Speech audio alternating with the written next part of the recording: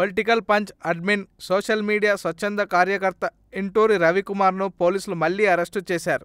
TDP MLA తాటినేని Anitha ఫిర్యాదుతో గతంలో అతడిపై ఎస్సీ/ఎస్టీ case నమోదు అయిన విషయం తెలిసిందే. దళిత ఎమ్మెల్యే అయినా తనను కించపరిచేలా పోస్టింగ్ పెట్టారంటూ ఏప్రిల్ 19న అనిత పోలీసులు ఫిర్యాదు చేశారు. ఈ కేసు విచారణ అనంతరం రవికుమార్ను పోలీసులు అరెస్టు చేసినట్లు మంగళవారం ప్రకటించారు. ప్రభుత్వానికి వ్యతిరేకంగా పెట్టిన పోస్టింగ్ గత కొంతకాలంగా రవికిరణ్ ఏపీ పోలీసులు వేధిస్తున్న విషయం తెలిసిందే.